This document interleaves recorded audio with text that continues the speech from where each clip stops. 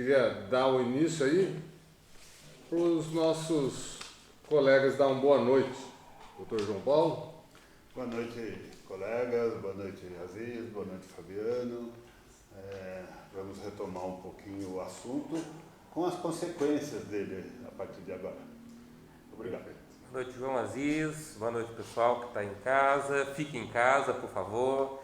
Apesar da gente ir tratar hoje mais do assunto pós-pandemia, a gente tem que tratar ainda do assunto enquanto pandemia, que nós ainda estamos, nada ainda foi resolvido, nada ainda teve uma alteração muito drástica, como depois o João Paulo vai passar. Então, por favor, fiquem em casa e vamos ter uma conversa de classe aqui, de advogados para advogados, para a gente imaginar qual é que são as melhores saídas para a nossa profissão.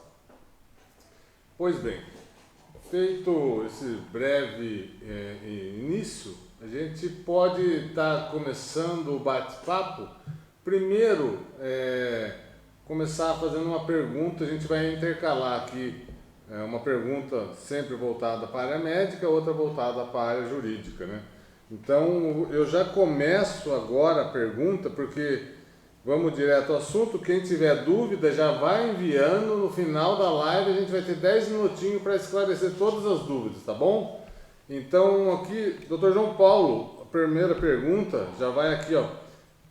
Como está essa curva da Covid hoje? Todo mundo fala, não, tem que esperar chegar e começar a descer, né, a curva, mas ninguém sabe ao certo. Como que está essa curva hoje? Isso é importante a gente esclarecer.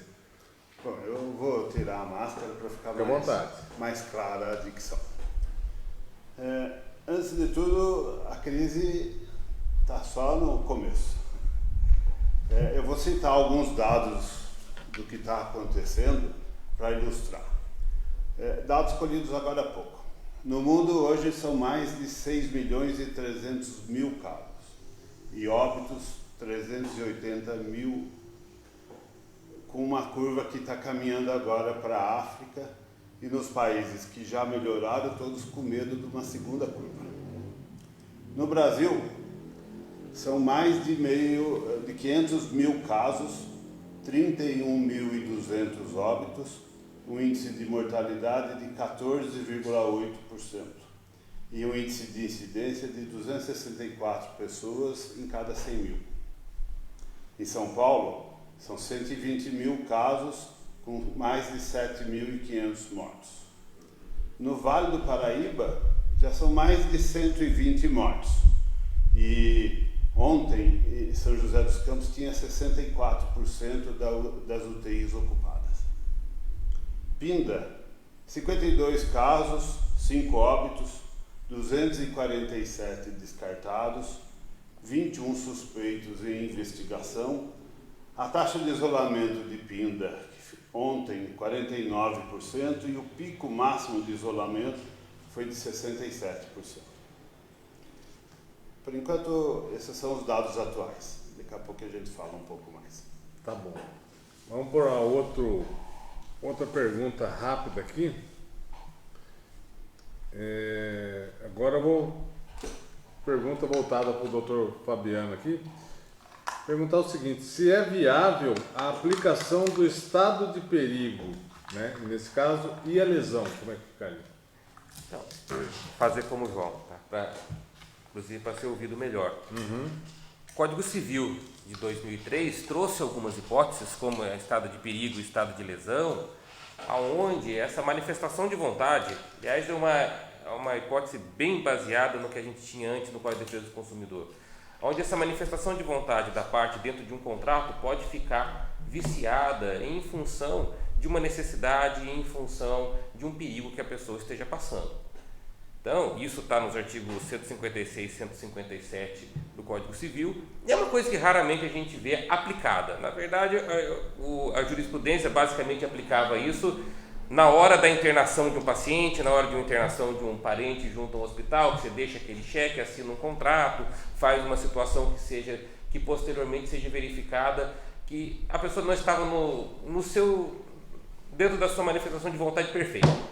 Então, os contratos realizados nesse momento, as ações imediatistas que são realizadas nesse momento, a gente entende que pode ser verificada essa possibilidade também jurídica como forma de se verificar se aquela declaração de vontade ela foi isenta ou se aquela declaração de vontade ela foi maculada por este problema atual que estamos todos passando, por essa verdadeira depressão econômica. Eu não sou um fã da abertura total como tem sido verificada. Eu passei pelo centro da cidade hoje bem trancado dentro do carro, vi muita gente sem máscara, vi uma quantidade quase irrisória de fiscalização. Acho que está na hora das pessoas, dos próprios comerciantes, do próprio poder público, fiscalizar um pouco mais quem está na rua. Nós temos um problema, essa pandemia, ela, como o João Paulo falou, ela, ao que tudo indica, esteja só no começo. Nós queremos evitar que daqui a 10, 15 dias a gente tenha um inferno. Por outro lado, o brasileiro é um povo que gosta de cumprir, grande parte do povo gosta de cumprir com as suas obrigações e assumem obrigações em função daquelas que estão vencendo. Então, para esse caso, eventualmente mais tarde, vamos lembrar que existem essas figuras no Código Civil e vamos tentar buscar mais a situação equânime para todo mundo. Perfeito. Eu acho que você falou bem, né? Não é porque foi flexibilizado que acabou. Nós estamos com problema e acho que agora sim compete a cada cidadão, mais do que nunca, cumprir com a sua cota à parte. Só sair de casa se for necessário. Para ir no supermercado, na farmácia, no trabalho. Respeitar todas as medidas sanitárias impostas. Porque não adianta, não sei, até vou perguntar no final isso daqui, se seria o caso de uma flexibilização vertical. Mas no final a gente abre para debate e a gente vai a fundo nisso. Volto lá para o Dr. João Paulo. Dr. João Paulo, como a curva do Covid deve se comportar daqui para frente? Bom, nós que estamos na linha de frente, estamos numa expectativa que a curva piore. Não há dúvidas de que esse distanciamento que já aconteceu fez com que achatasse o pico. E a grande vantagem desse achatamento é justamente possibilitar que as estruturas se preparassem para esse atendimento. O grande problema é que o perfil também está mudando. Hoje, como eu citei, no caso do mundo está caminhando para a África, nos grandes centros está caminhando para as periferias e para o interior, onde a estrutura de atendimento é menor. A falta de testes em massa faz com que a gente não consiga desenhar um perfil adequado para gerar uma postura mais segura. Então a expectativa é que a curva deve piorar. E muito disso, eu ressalto, como já falei da primeira vez, deve-se à figura do portador são, que é aquela pessoa que adquire o vírus, leva o vírus para casa e ele não fica doente. Essa é uma figura expressiva no meio da curva. Eu vou pegar o gancho na sua pergunta ainda, né? Da última vez que a gente bateu um papo aqui, você chegou a comentar que 70%, 80% iam ser contaminados, não ia ter sintoma nenhum, ou seja, sintomáticos totalmente. Sim. 20%, 15% talvez precisariam fazer uma inalação, um medicamento, e 5% precisaria de um leito de UTI. Isso mesmo. Cerca de 80% a 85% ou não vai ter sintoma nenhum, ou vai ter no máximo um quadro como um resfriado simples. Já existe um grande percentual de pessoas que estão apresentando alguns exames já com os anticorpos e nem mesmo ficaram doentes. Bom, vamos lá. Agora volta aqui a pergunta para o Dr. Fabiano. Dr. Fabiano, nesse período de pandemia, tem como a gente pedir a revisão contratual? Sim, Isso é uma situação onde a nossa lei é bastante expressiva. Como diz, para a gente saber o tamanho do problema, a gente vai ter que esperar um pouquinho ainda no futuro. Esse problema, ele está crescendo. Todo mundo tomou fôlego, todo mundo imaginou que de repente nós teríamos uma crise de 2, 3 meses e depois desses 2, 3 meses nós teríamos fôlego para continuar. O empresário brasileiro ele é pródigo nisso. O trabalhador brasileiro ele é pródigo nisso. O cidadão brasileiro é pródigo a pegar a enfrentar uma crise, metabolizar essa crise e seguir para frente. Quem viveu a hiperinflação antes do Plano Real sabe muito bem o que eu estou falando. A gente vivia em crise. Nós tínhamos crises diárias. Agora, a gente não pode esquecer o seguinte, um pouquinho antes dos fechamentos, nós tivemos um período de queda de bolsa terrível, nós tivemos dias com mais de um circuit break na bolsa, com aquela crise do petróleo gigantesca que foi realizada, e logo depois nós tivemos esse fechamento grande. Então, na verdade, nós não sabemos ainda qual será o tamanho do enfrentamento que nós vamos ter. Por isso, e com certeza absoluta, da mesma forma que existe a possibilidade de redução ou de tratar essa questão dos alimentos, da pensão alimentícia, que é algo que nós advogados fazemos quase todos os dias, também os contratos podem ser revistos. Existem hipóteses tanto no Código Civil, existem hipóteses no Código de Defesa do Consumidor e nas próprias medidas provisórias trabalhistas que o governo soltou, principalmente a 927 e a 936, aonde também existem renegociações contratuais. Então, só que na parte trabalhista tem que ser consensual. Na parte civil e consumerista não precisa necessariamente ser consensual. Esse pedido pode ser realizado a partir do momento que você vê que o contrato foi criado dentro de um panorama e o panorama agora é outro. É um panorama de onerosidade excessiva, é um panorama de o contrato deixou de ser paritário. O artigo 421A do Código Civil, que não é muito lembrado, diz: presume-se que quando as partes fazem aquele contrato, todos eles estão senhores de sua razão e que o contrato é paritário e é bom para ambos. Agora nós estamos numa situação completamente diferente. As contraprestações muitas vezes se tornam impossíveis. Então agora é hora da gente pensar nisso e da gente imaginar se essa revisão vai ser útil ou se ela vai ser despicienda. Ela tem que ser útil para fins de manutenção do contrato, mas também para fins de manutenção da função social do contrato. Não esquecendo que o artigo 170 da Constituição diz que a economia deve ser batida através da sua função social. Então, é um contrato. Ele pode ser revisto, esse pedido de revisão pode ser realizado, mas cabe aí um pouquinho de cautela de cada um de nós, de cada um dos operadores do direito, para tentar propor algo que seja aplicável. Um dos meus medos é o Poder Judiciário se fechar isso e talvez se feche porque o advogado abusou um pouquinho na hora de pedir. Tá? Então, quando for pedido, pese bem na balança, se coloque literalmente do outro lado, seja literalmente o primeiro juiz da causa e faça o pedido como ele deve ser feito. Vamos lutar pela equidade, por ser uma coisa equânime. Perfeito. Muito bem ponderado. Eu vou aproveitar o gancho aqui. Bora lá.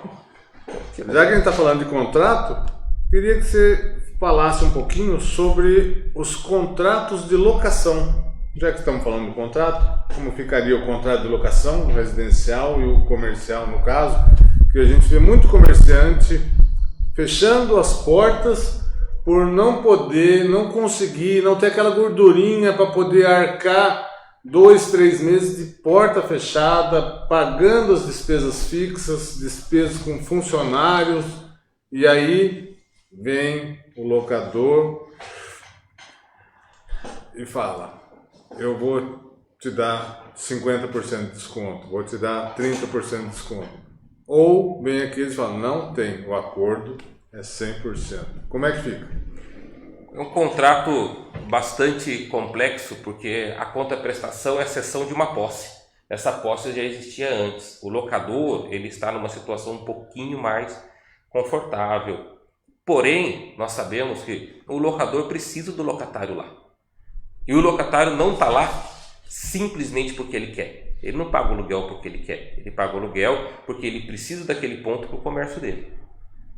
Então, apesar da lei de locação prever claramente a possibilidade da ação revisional de locação, aonde você deve fazer o pedido, se propondo o pagamento de até 80% do valor locativo, neste particular, nesse panorama, chamar as duas partes juntas e tentar conciliar as duas, dependendo de cada comércio.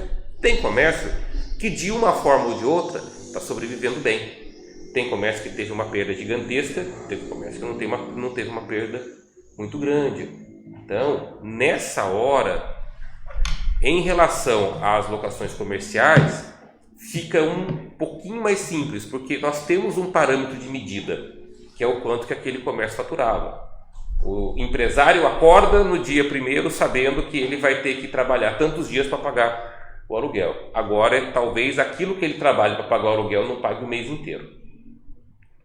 Isso é uma coisa que pode servir de parâmetro para fins de uma revisão locatícia. Agora, a parte residencial, existe até um projeto de lei que está tramitando no Senado, aonde se verifica a impossibilidade de despejos, tanto a residencial quanto a comercial. Mas a parte comercial, aí nós já estamos tratando de família, nós já estamos tratando de dignidade da pessoa humana. Aquela pessoa que de repente é um autônomo, ganhava R$5.000 por mês e passou a viver da ajuda de 600 do governo.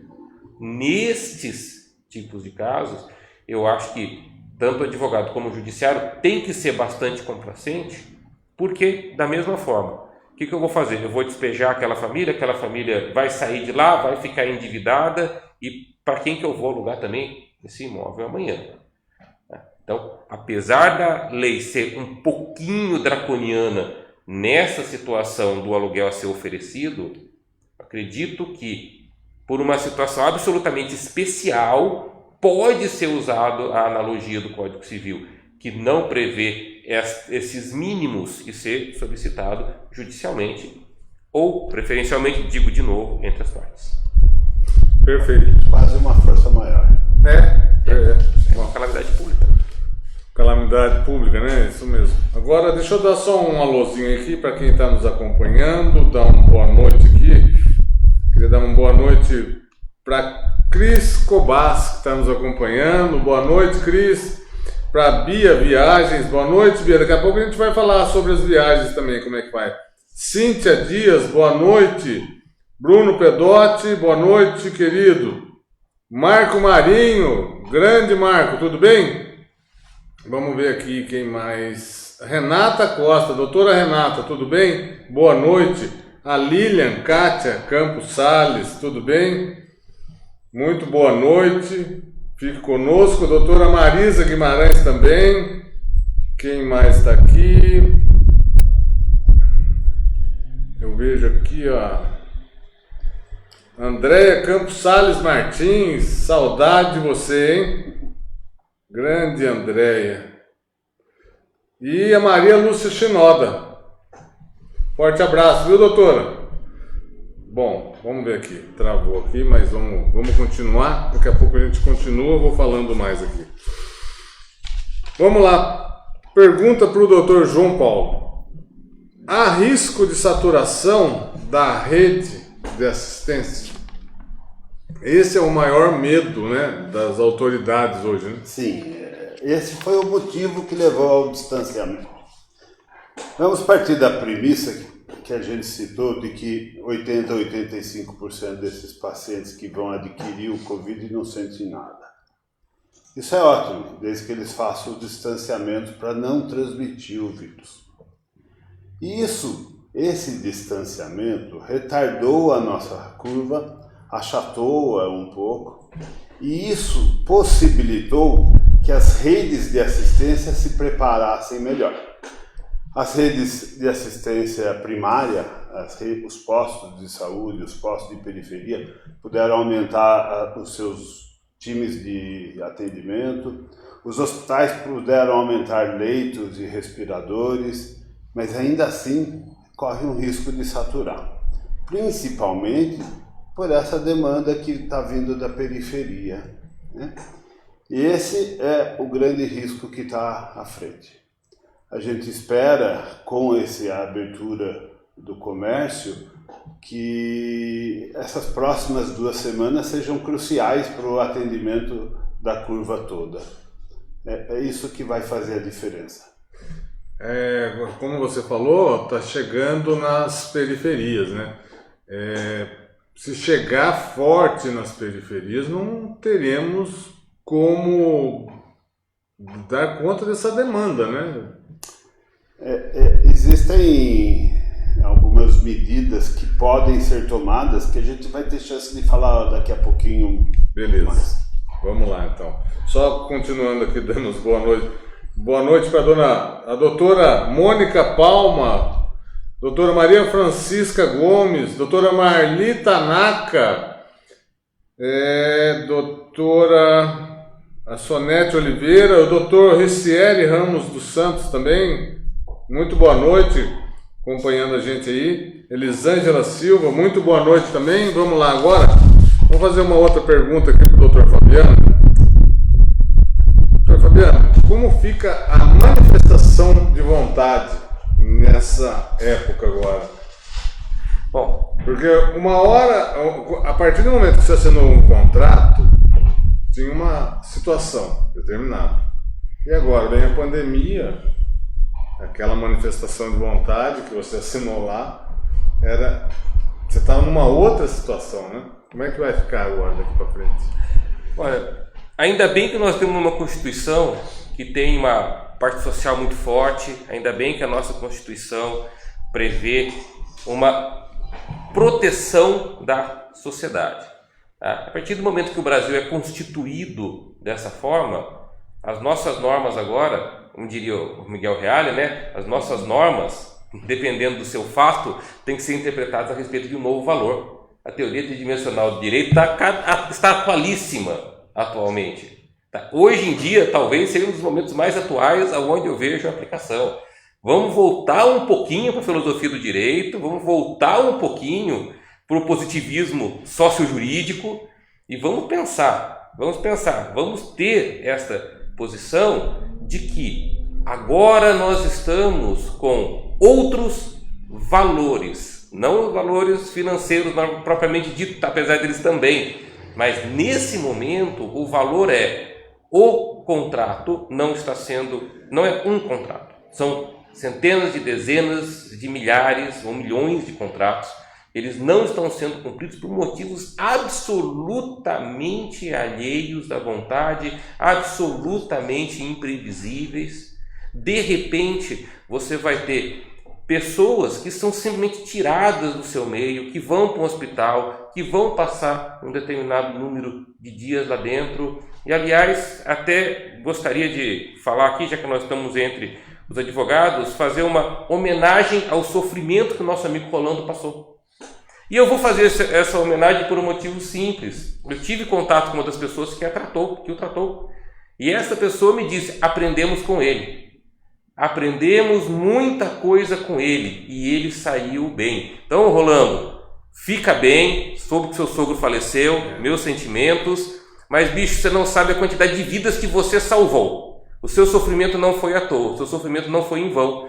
Você salvou você salvou dezenas de pessoas, você ajudou as pessoas a se treinar. Muito mais do que uma cobaia, você foi um semi-mártir. Parabéns, carregue esse orgulho contigo. A sua vida salvou muitas outras e você continua aqui entre nós. Então, por isso que eu digo, agora é a hora de nós examinarmos as nossas normas, os nossos contratos, através de um novo valor. Como, por exemplo, a vida de um jovem advogado que foi preservada, mas que, graças a ele, muitos profissionais de saúde aprenderam os detalhezinhos do tratamento daquela pessoa, do paciente, e com isso, esse tratamento salvou muitos outros. Tá? E aí, em relação às pessoas que estão dando oi, também estão cumprimentando, queria cumprimentar também, mas eu esqueci de cumprimentar a Esther, minha esposa, minha esposa, Luísa, Tiago, amo vocês, Daqui a pouquinho o papai volta para casa, tá? Muito bem lembrado, né? Para quem não sabe, o Rolando foi um vencedor aí da Covid, colega nosso, advogado, ficou também 15 dias entubado e conseguiu vencer a Covid, né? E foi bem no início, né? Se não me engano, mês de março, finalzinho do mês de março. E graças a Deus hoje ele está aí conosco, né? Firme, forte. E como você falou, né, Fabiano? Ele começou ali, a equipe médica começou, só que como a Covid é muito nova, o que foi aplicado nele talvez hoje nem se aplique mais. O Dr. João Paulo pode até falar melhor isso, né, doutor? Sim, essa é uma questão importante, esse enfrentamento do vírus. Aqui tem o enfrentamento da crise, mas tem o enfrentamento do vírus. Tem 3 premissas nessa história. Primeiro, uma que veio para ficar. É uma mudança de hábitos e costumes.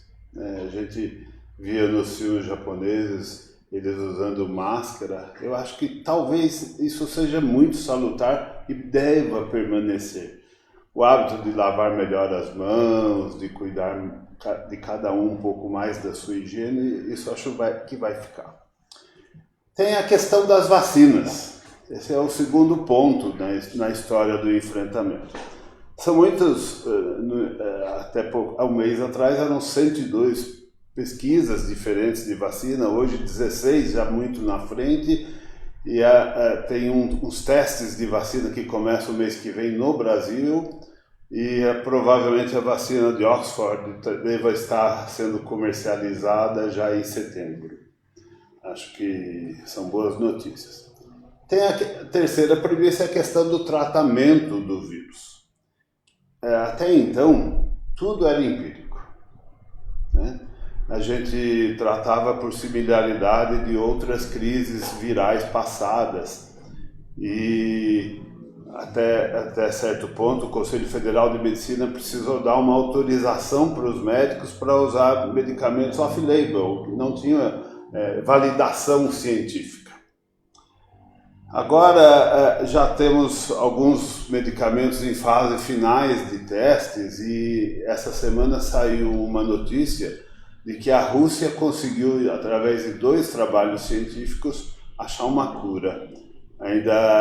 Isso é uma expectativa ainda da comunidade científica e tem todo um lado comercial que vai vir em cima desse medicamento. Ainda não se pode confirmar que isso tenha acontecido, mas é uma perspectiva que se abre. Toda perspectiva nesse momento é boa, né? É bem-vinda, né? É muito bem-vinda, né? Bom, vamos aqui agora fazer mais uma pergunta. Essa é muito interessante, né? Como é que fica a teoria do risco, doutor Fabiano? Então, novamente, né? Nos contratos, né? A gente fala da teoria, estuda a teoria do risco, sim, né?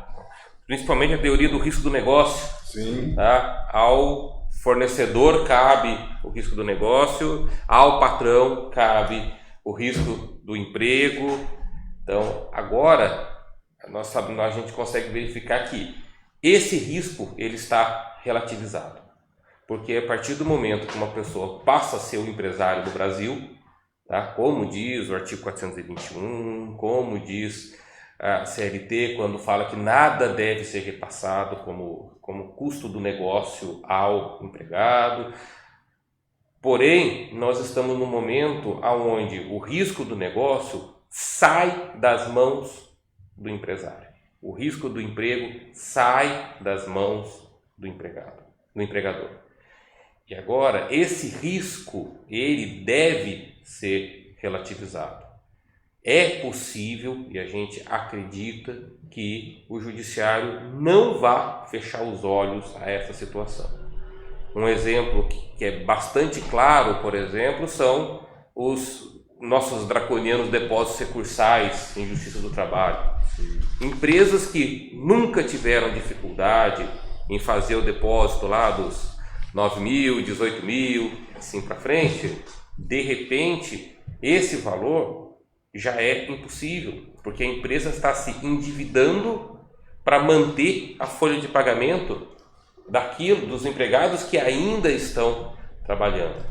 Então, nós esperamos que esse risco seja relativizado no futuro. Claro que vai haver determinadas pessoas que vão tentar agir de má fé, que vão tentar fazer alguma aplicação indevida dessa teoria, dessa relativização do risco do negócio. Porém, novamente, o advogado fazendo um pedido que o relativize de forma clara e de forma correta e de forma honesta, existem arcabouços legais que nos permitam fazer dessa forma. Conforme disse, nós imaginamos que seria uma crise de 1 mês, 2 meses. Essa crise já está estendida e a gente não sabe até onde ela vai. Então, cada vez mais, eu acho que o cinto vai apertar. E o cinto não vai apertar só para um, o cinto vai apertar para todo mundo. Não vamos esquecer. Lembrado novamente, 2 partes contratam porque está bom para as 2 partes realizar aquele contrato. Nesse momento, aquele contrato ele já não é mais aquilo que era no passado. Um empregador que recebeu uma ação proposta em 2019, ele recebeu em fevereiro de 2020 e agora de repente essa ação pede um valor que antes era razoavelmente simples dele arcar, agora já não é mais.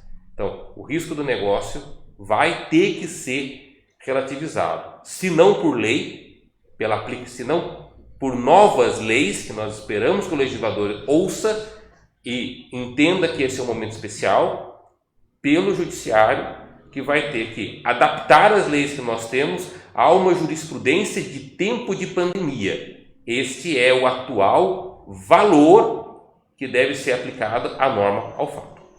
Perfeito. Muito bem exposto. Posso fazer uma pergunta também? À vontade.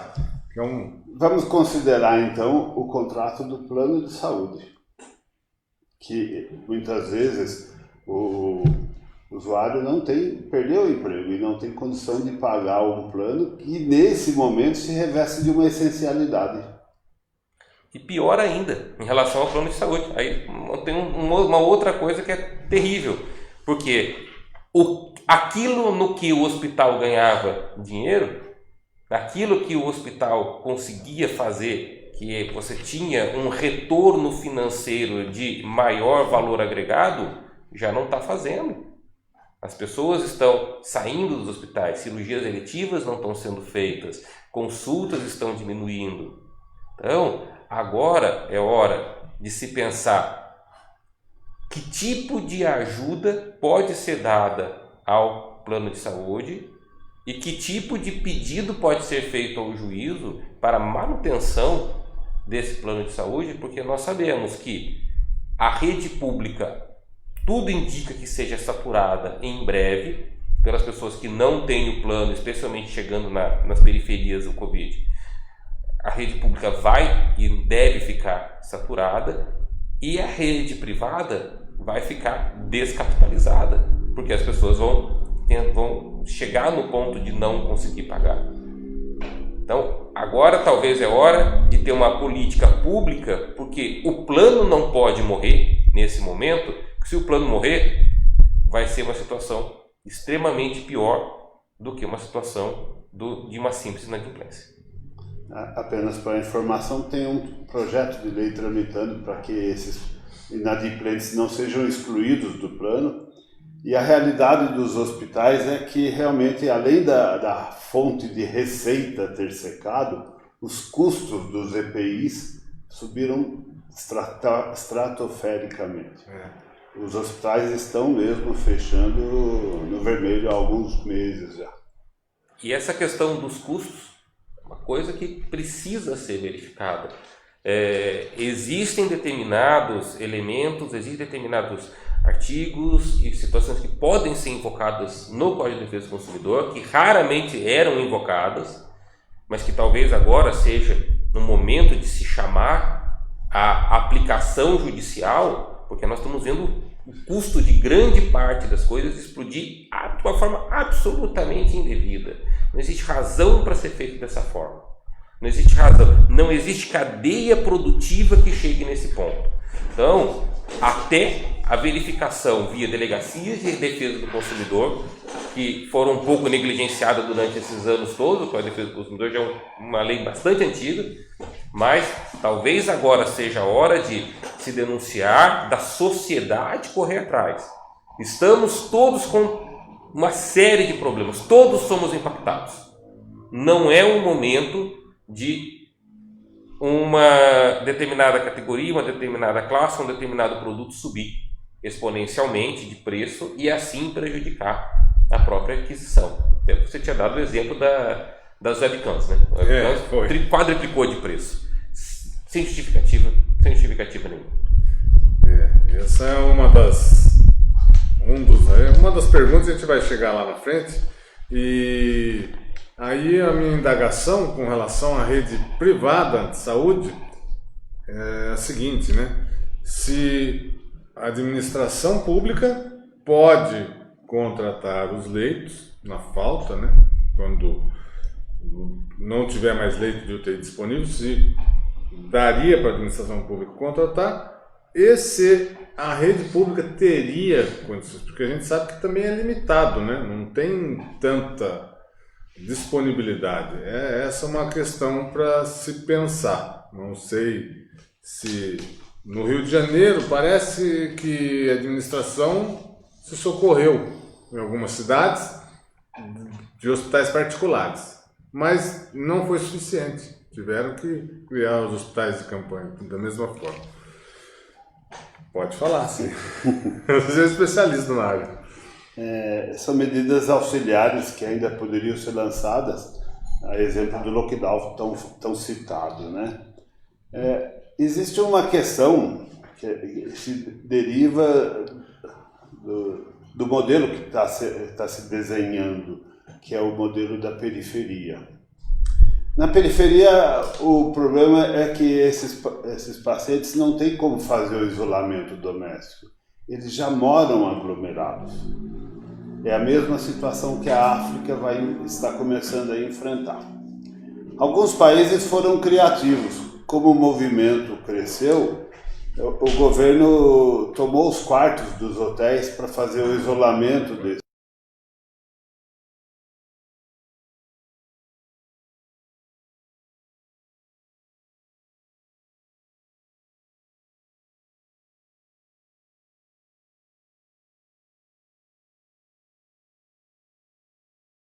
Precisam de internação em fila única, similar ao que acontece com os transplantes. Não seria mais separados em pacientes privados e pacientes públicos, teria uma fila única. Esse é um projeto talvez de difícil execução, mas que traz um lado de justiça muito interessante. Uma outra questão que talvez possa ser que eu acho até que já começou a se desenhar, é a transferência de pacientes de locais saturados para locais de pouca incidência. Aqui o Vale do Paraíba é um local de pouca incidência. Guarulhos, que é vizinho nosso, ontem tinha 100% das vagas de UTI cheias. E algumas cidades aqui do Vale já estão começando a receber pacientes da Grande São Paulo. Isso aconteceu até entre estados. É muito estranho um vírus respeitar fronteiras, mas tem estados que estão com muito menos leitos ocupados. E tem a questão realmente da rede pública alugar leitos da rede privada. No entanto, tem uma questão a ser desenvolvida em cima disso, que o hospital da rede privada, ele tem um custo real por leito, digamos assim, muito maior do que um custo de uma rede pública. Essa é uma equação a ser fechada. E por último, tem o lockdown. Funcionou em alguns locais, não funcionou em outros, por motivos mais diferentes possíveis. Perfeito. Vamos lá. mais uma pergunta aqui. Vamos passar aqui para o doutor Fabiano, então. No caso, doutor, caso fortuito e força maior em relações de consumo, mais 1 minuto. Deixa antes eu dar uma boa noite para quem está entrando aqui, que é a Adriana Santos, a Esther Salles, está dando uma boa noite aqui, a Nancy Conde, Ricardo Azeredo, grande abraço, doutor. A Lilian, já falei. O Luciano Guerreiro, um abraço, Luciano. Doutora Viviane Tavares, boa noite, né? A doutora Beth Martins Souza, nossa vice-presidente aqui. A Andréia de Azevedo Gonçalves, boa noite. Tá sumida, Andréia.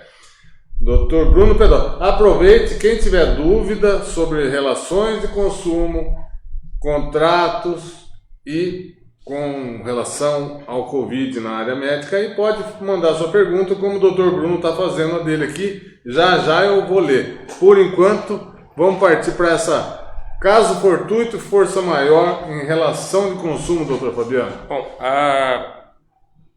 aí a gente vai entrar um pouquinho na área da responsabilização objetiva do fornecedor. O fornecedor ele é objetivamente responsável, na maior parte dos casos, pelos produtos e pelos serviços que são colocados em mercado. Evidente que existem as exceções já previstas em lei, tá? E uma das situações onde se discutiu bastante isso foi a questão do caso fortuito de força maior, onde a doutrina separou em caso fortuito interno e caso fortuito externo. O caso fortuito interno é aquele que somente vai afetar ao fornecedor. Por exemplo, aquele avião não subiu porque trombou numa ave, estava começando a levantar voo, teve uma ingestão de pássaro num dos motores, aquele avião não subiu, é obrigação. Isso não pode ser considerado um caso fortuito externo, é interno, onde só vai se aderir à responsabilidade do fornecedor. Normalmente se entende que ele continua responsável. Porém, a gente entende que o Covid já é um caso fortuito externo, uma força da natureza, não é muito diferente de um vulcão, não é muito diferente de um furacão, não é muito diferente de algo que surgiu de forma violenta, inesperada e se impôs sobre a relação de consumo. Isso é uma coisa muito importante.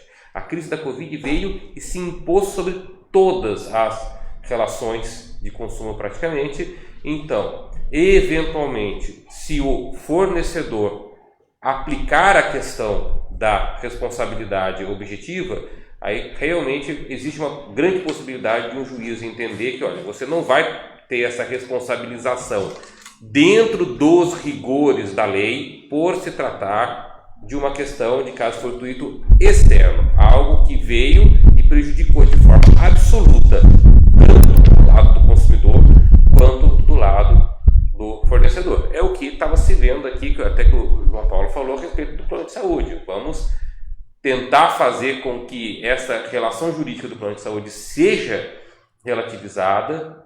É hora dos poderes públicos aplicarem, já que existe uma verba de saúde, já que existe um estado de calamidade, é hora de se aplicar isso para que aquele médico que está atendendo tenha também o salário dele no final do mês. Enfermeira tenha EPI que seja viável e tenha o recebimento, mesmo que os hospitais, especialmente os hospitais privados, estejam fechando no vermelho. Na verdade, a saúde inteira está num déficit gigantesco. O déficit orçamentário do Brasil para este ano de 2020 talvez seja o maior da história, e a grande chaga onde esse valor está sendo vazado é a relação do Covid, ou seja, qual é a fonte de renda do governo para bancar tudo que ele está bancando? Emissão de títulos da dívida pública. Então é endividamento, não tem outra palavra, é endividamento.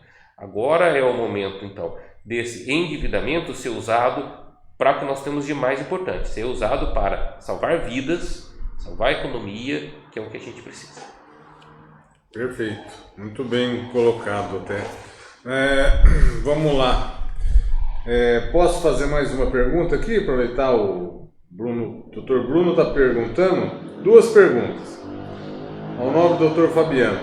acredita que a conciliação entre os devedores e credores será fundamental para evitar a chamada execução frustrada diante da situação econômica que iremos viver? Vale a pena para os advogados atuarem nesse ramo? Essa é para você. Bruno, boa noite. Obrigado pelo nome.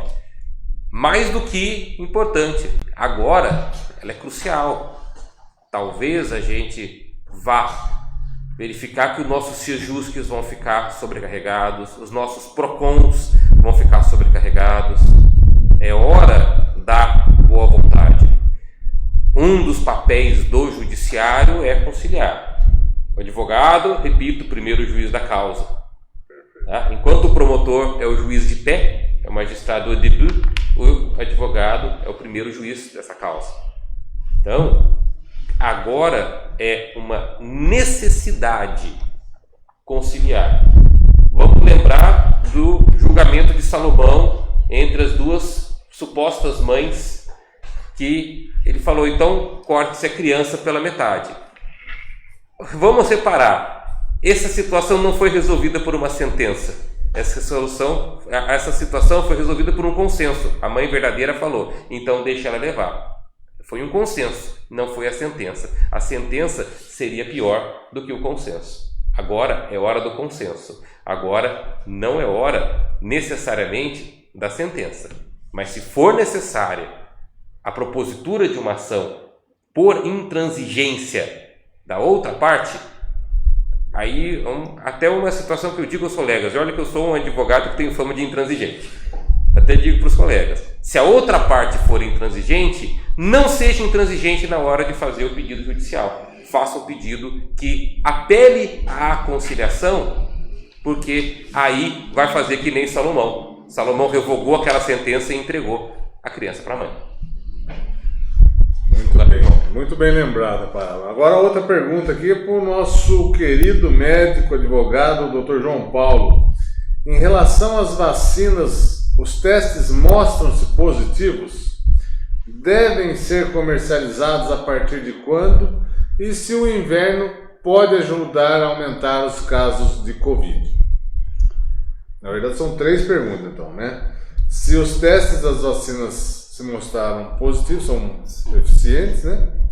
De se a partir de quando devem ser comercializadas e se o inverno ajuda, aí prejudica, na verdade. Toda pesquisa com medicamento e com vacinas tem etapas a serem cumpridas. Geralmente isso leva anos. No caso Covid, isso está sendo apressado e tem muitas vacinas já na fase de teste humano. Nessa fase de teste humano são voluntários que se habilitam e esses testes que vão acontecer com brasileiros no mês de julho, já são 2.000 brasileiros inscritos como voluntários. Eu imagino que logo a gente tenha uma vacina, mas quanto à comercialização, isso é mercado. Eu acho que isso ainda não há um parâmetro previsível. A outra pergunta? Se não, agora com o inverno, com relação, pode aumentar os casos de Covid, né? Quando o vírus apareceu na Terra, ele apareceu em regiões que estavam vivendo frio. E se imaginou que quando ele migrasse para a área de calor, ele fosse minguar. Isso não aconteceu em Manaus, Recife, mas a expectativa ainda é que ele se comporte melhor no frio, ele se propague mais no frio. E quanto ao frio, eu volto naquela coisa que eu falei da outra vez sobre a vacina antigripal. O problema é que o Covid, um dos quadros mais comuns, 70% dos Covids que chegam no hospital chegam com um quadro respiratório, de gripe grave. E é o mesmo quadro da gripe comum, da influenza, e do H1N1 e outras coisas. Daí a vantagem das pessoas serem vacinadas para a gripe comum. Porque na hora que ele precisar chegar a um pronto-socorro com um quadro gripal, um quadro de Covid agudo, o médico tem menos coisa para diferenciar. ele já tira o gripe, a influenza, o H1N1 do rol de coisas a pensar. Ele conclui melhor por ser um Covid. E isso espera-se que gere uma eficiência de tratamento mais rápida. Qual seria o exame para descartar esse e falar, não, é Covid? Existem testes que têm a sua indicação para o Covid. O primeiro exame que se faz na fase aguda é um exame RT-PCR, é coleta de material de secreção nasal e orofaringe, e nesse material é identificado o material do vírus. Esse teste ele é aplicável até o 9º, 10º dia. Depois disso ele se invalida, e aí se usa outro tipo de teste, que são as imunoglobulinas, que também não serve para serem pedidas antes. Então tem a fase certa de se pedir o teste. O famoso teste rápido que todo mundo fala, ele tem uma parcialidade, porque um percentual relativamente importante pode ser um resultado falso. Isso não é porque é mal feito, é do método.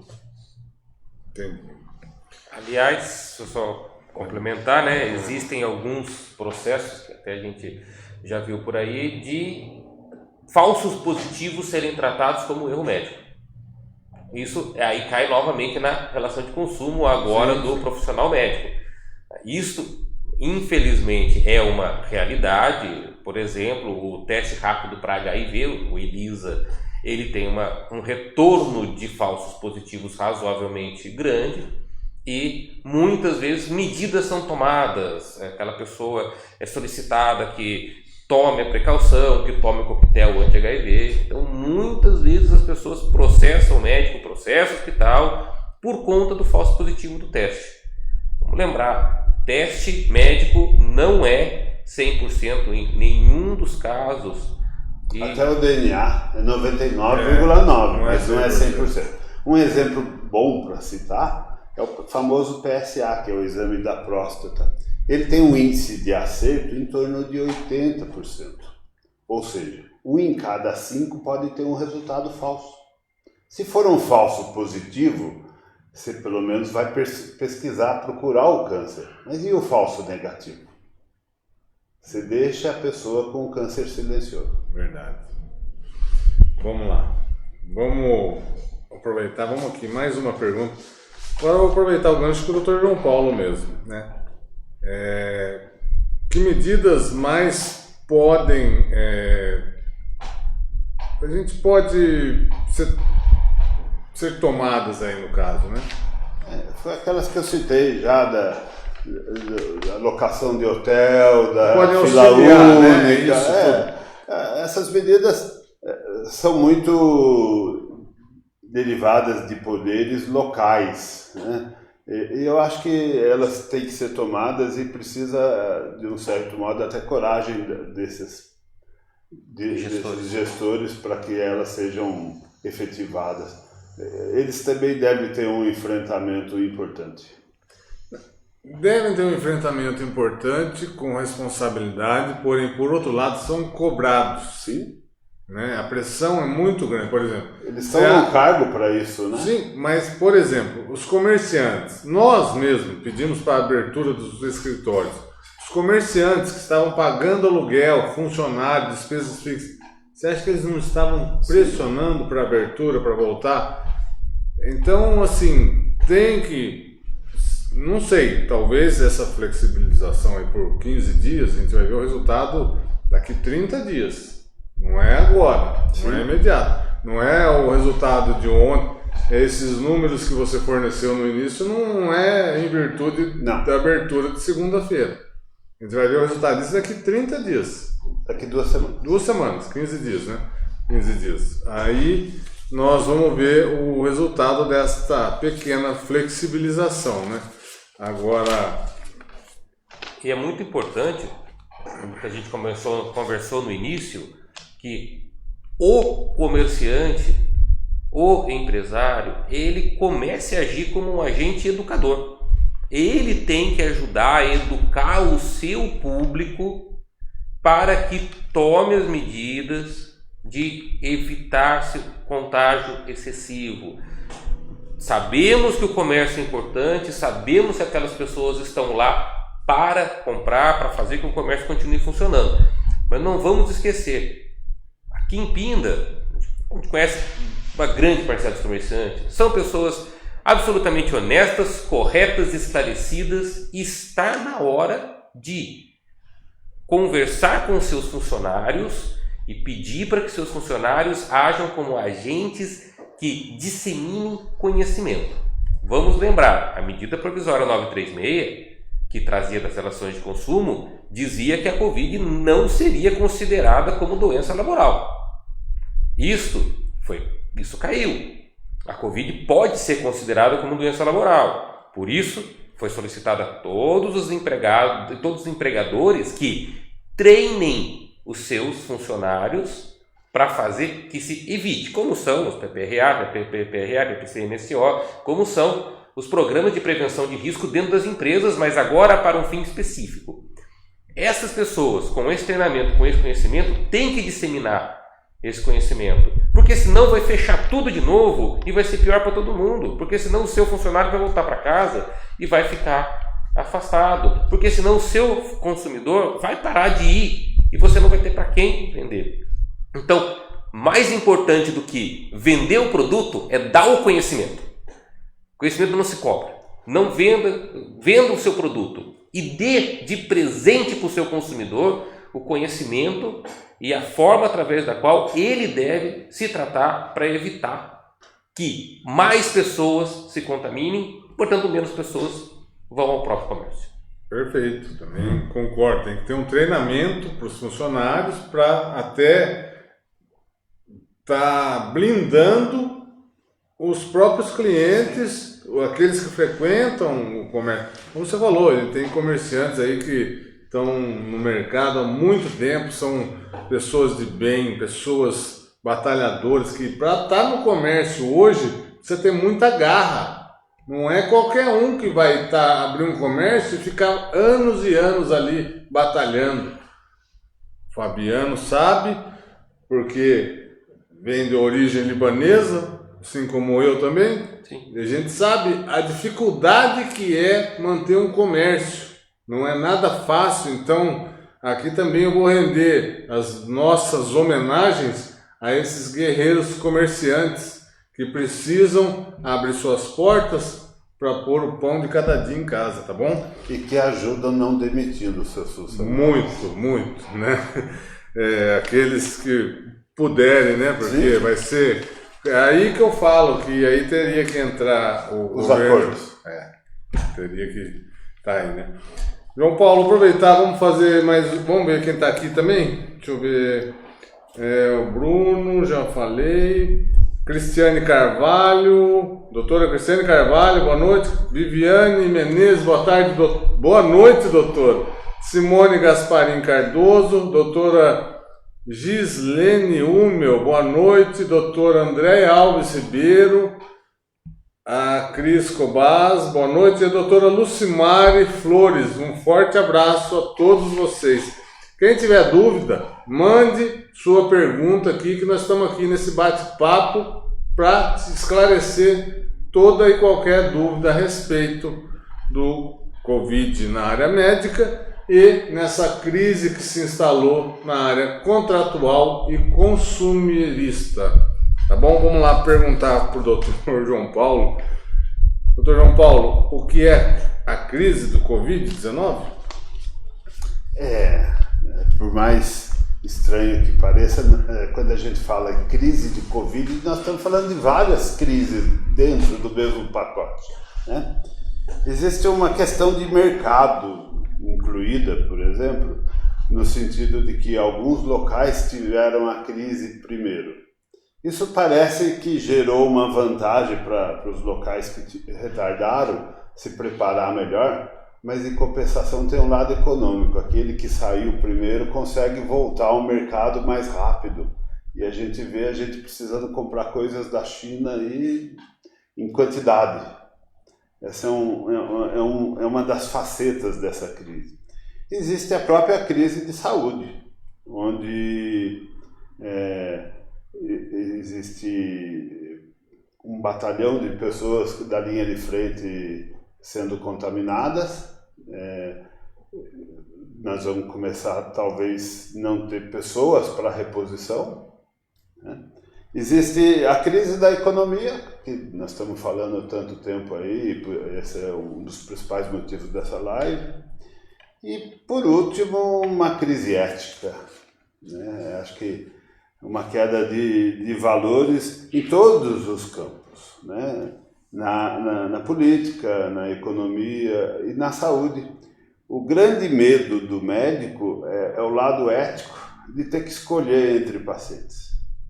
E isso já aconteceu em muitos locais.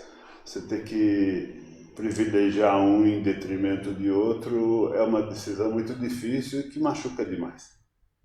Acho que essas são as várias facetas da crise que pode ser decomposta em muitos outros aspectos, inclusive.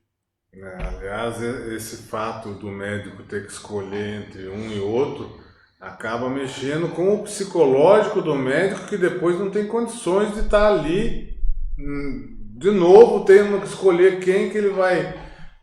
Isso aconteceu, parece que no Rio de Janeiro, muitos se afastaram porque não tinha mais condições.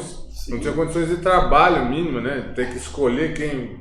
Então, realmente. Aqui no Brasil, nem tanto. Isso ficou muito evidente na Itália e na Espanha. Se desenvolveu técnicas de usar o mesmo equipamento para 2 pacientes, para 4 pacientes.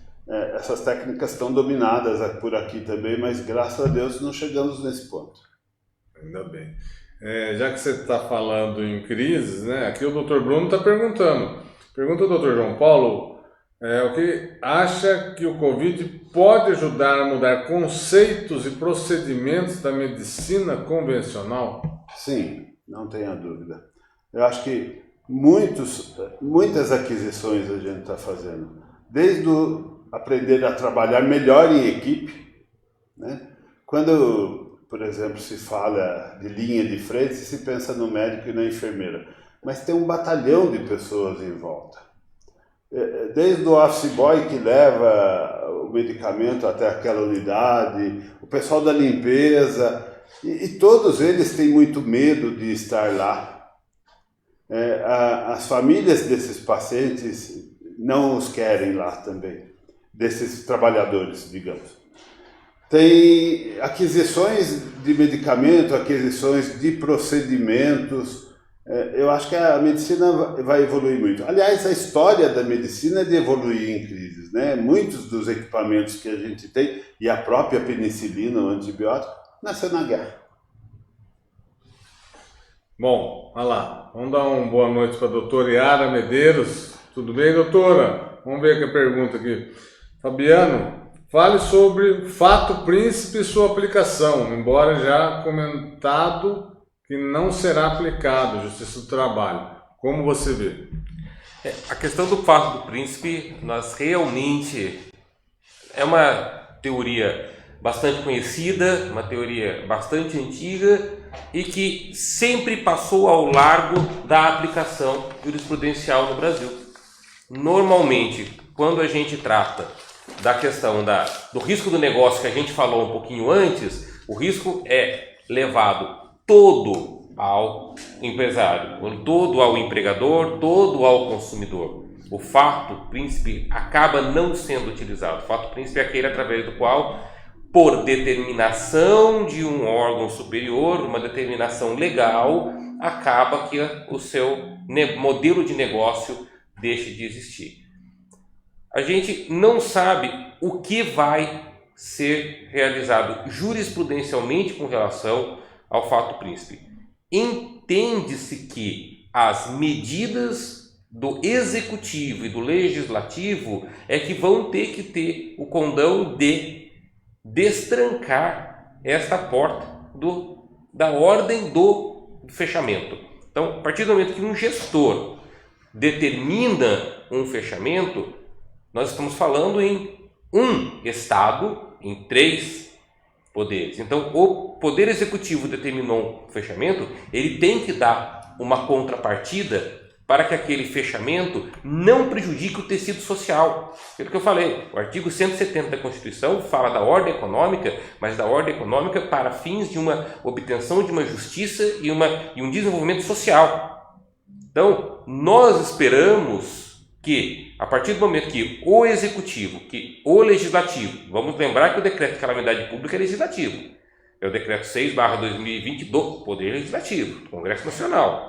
Tá? Então, a partir do momento que o Poder Executivo e o Poder Legislativo criam fatos que interferem diretamente na ordem econômica e social, obviamente com o intuito de se conseguir um isolamento social, e daqui a pouquinho a gente pode falar de vertical e horizontal, mas a partir que criam fatos para se conseguir esse isolamento, assim como as convenções coletivas de trabalho, você tem que trocar um direito pelo outro.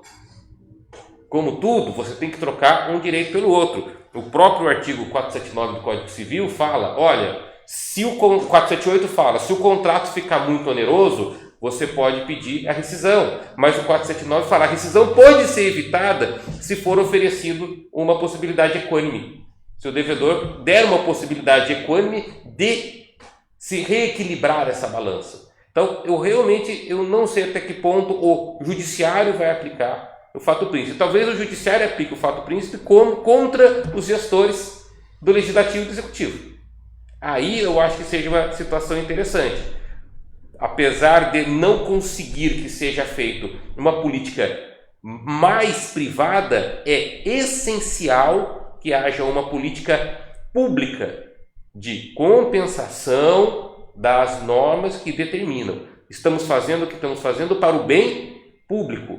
Para isso nós temos o Leviatã de Thomas Hobbes. Para isso nós temos o monstro formado de homens.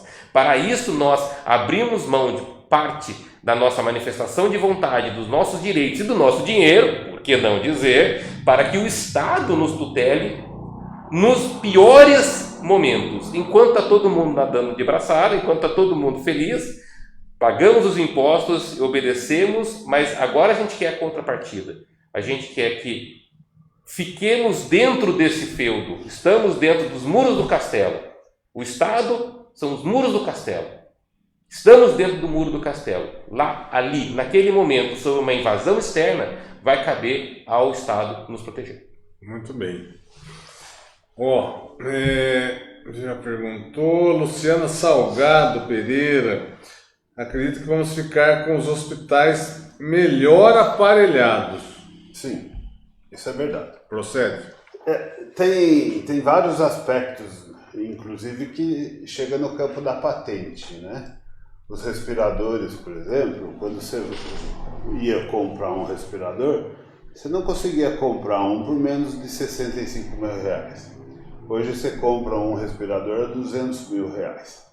E, no entanto, a USP conseguiu montar um respirador a R$1.000.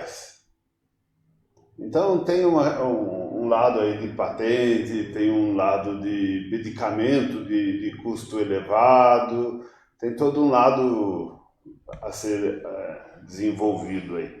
Mas que realmente os hospitais vão ficar melhor aparelhados, vão sim. A gente já tinha uma carência de UTIs, e quando essa crise passar, nós vamos ficar com mais leitos. Isso é verdadeiro. Sempre fica alguma coisa positiva, sim, né? De uma crise. Tá bom aqui, agradecer a doutora Luciana Salgado Pereira, muito obrigado. O Bruno Pedrosa está falando para dar uma pausa, tá muito boa a live, quer dar uma pausa para ir comer, tá? A doutora Rosiane Passos, muito boa noite. Doutora Yara está falando, Fabiana Fera.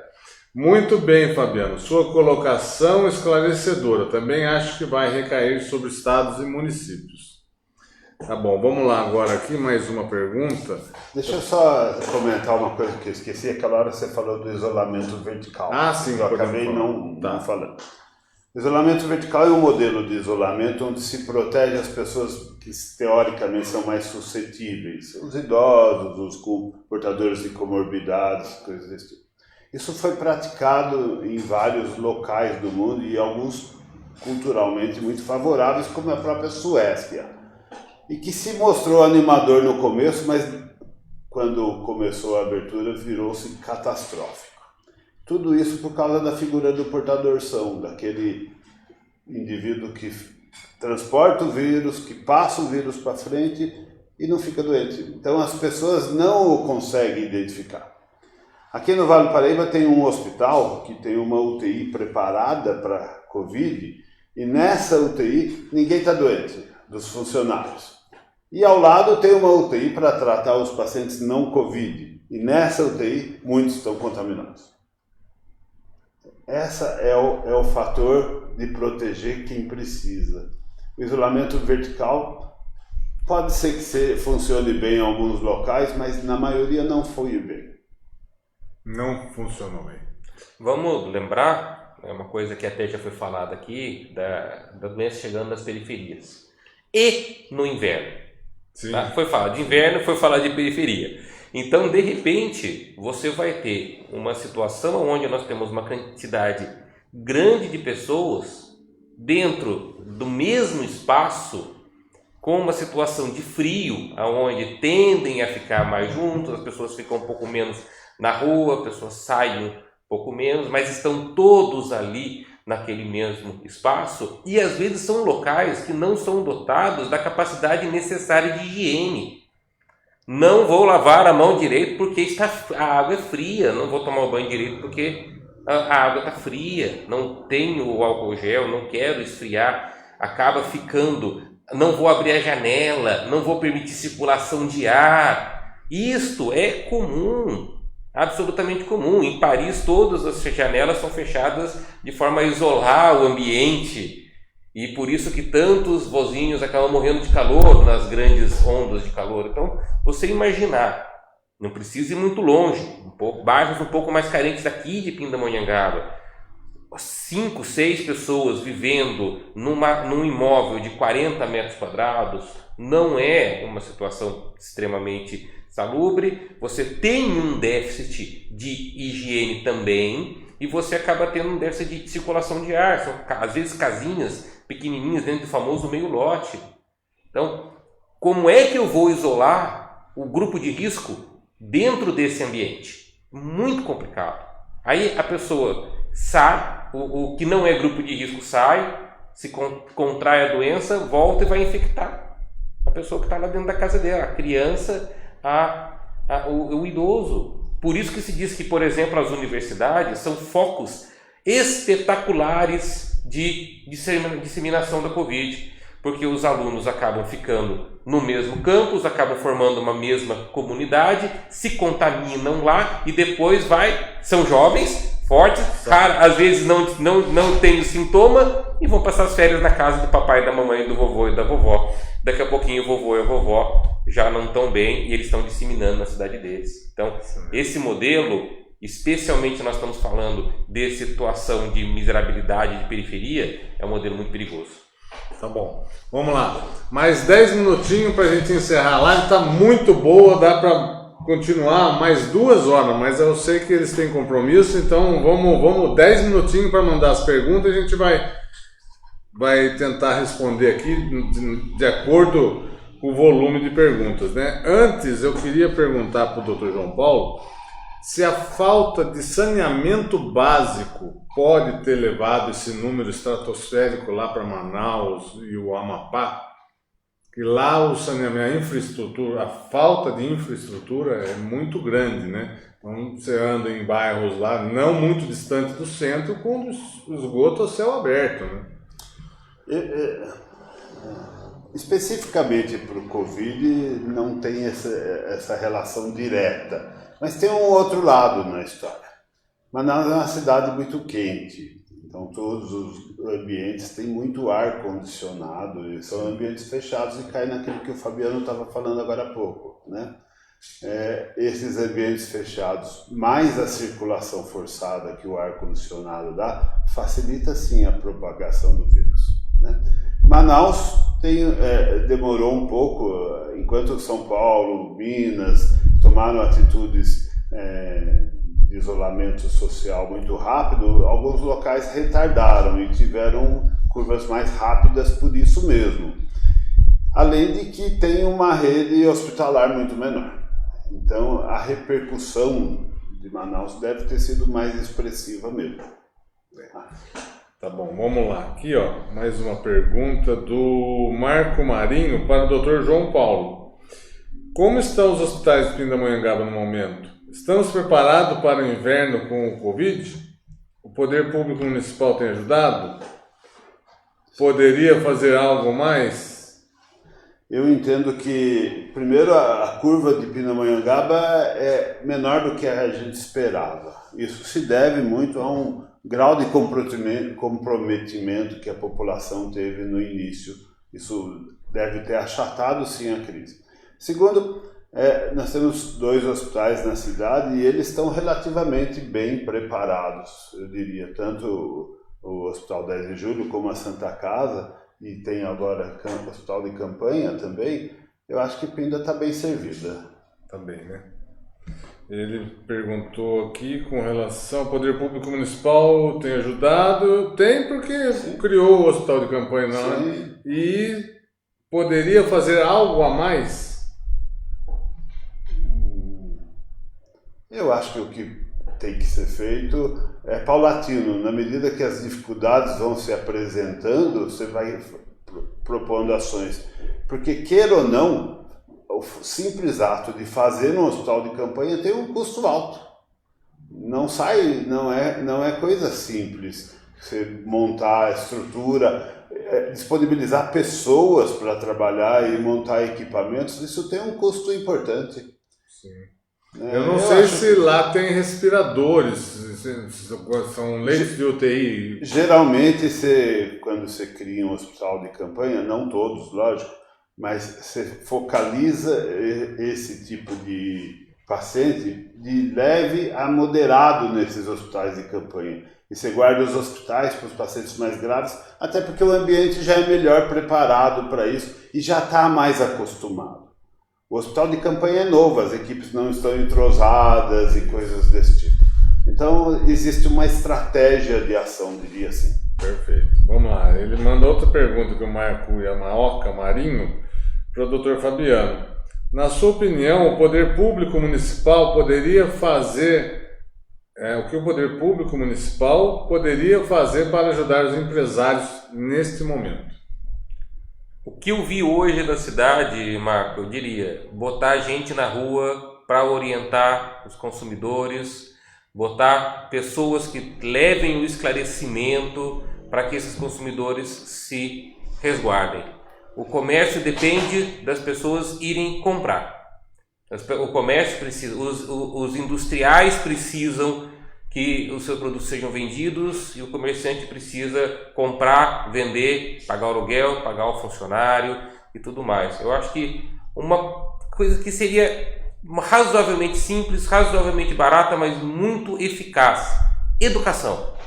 Leva essas pessoas, coloca a gente na rua, chega em cada loja, chega para cada comerciante e traga aquilo que eu falei antes. Junto com o produto, leve o conhecimento. Junto com o produto, leve uma forma de se resguardar. Não existe absolutamente nada melhor. Até dizer, olha, não é hora de você estar aqui agora. O próprio comerciante fala isso, tá? E pensar numa situação de um comerciante mandar o seu cliente embora, eu sou libanês, para mim isso é absurdo. Mas minha senhora, não é hora da senhora estar aqui agora.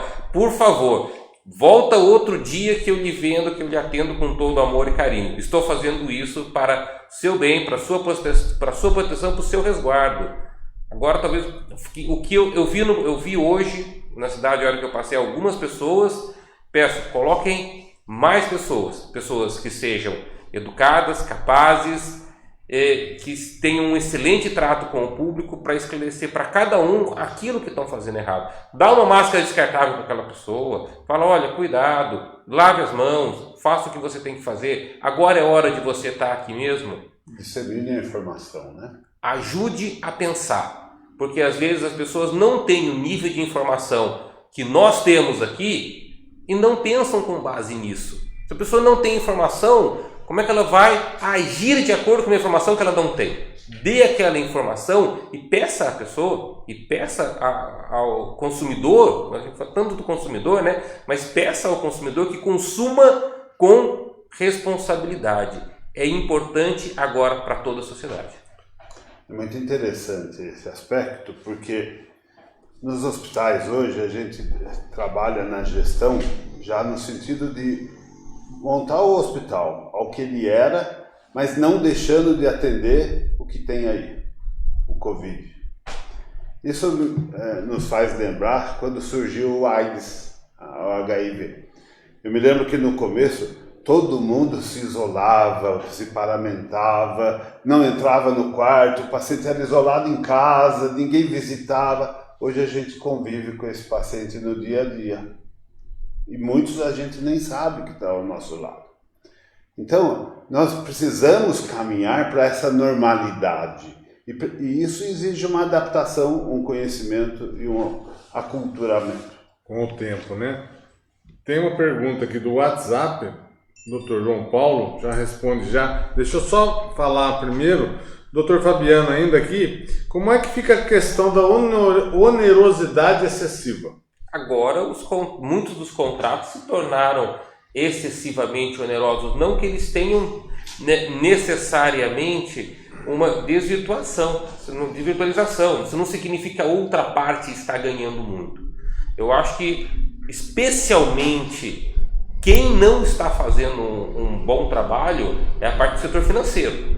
Bancos, cartões de crédito, poderiam estar fazendo um pouco mais, como, por exemplo, aquele empréstimo a 3,41% de juros que o governo liberou. O governo entrou com 85% daquele dinheiro, tá? Os 3 maiores bancos do Brasil entraram com 15%, mas a propaganda era como se os bancos estivessem bancando aquilo.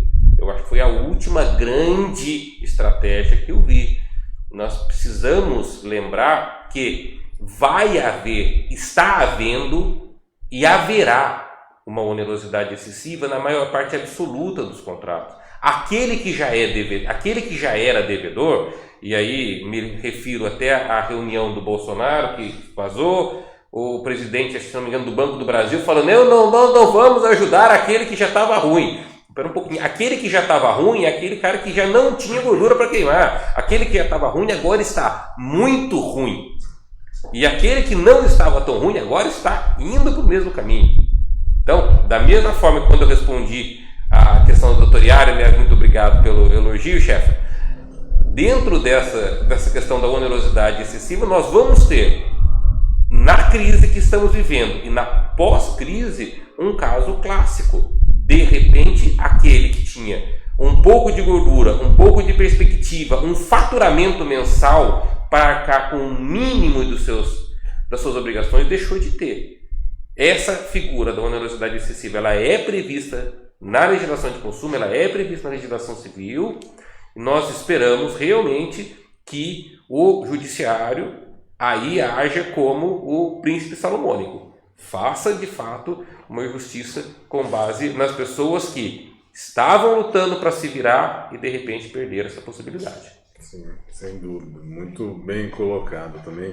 Antes de partir aqui para a próxima, agora eu vou fazer uma pergunta. Dr. João Paulo, eu recebi aqui no WhatsApp a pergunta seguinte.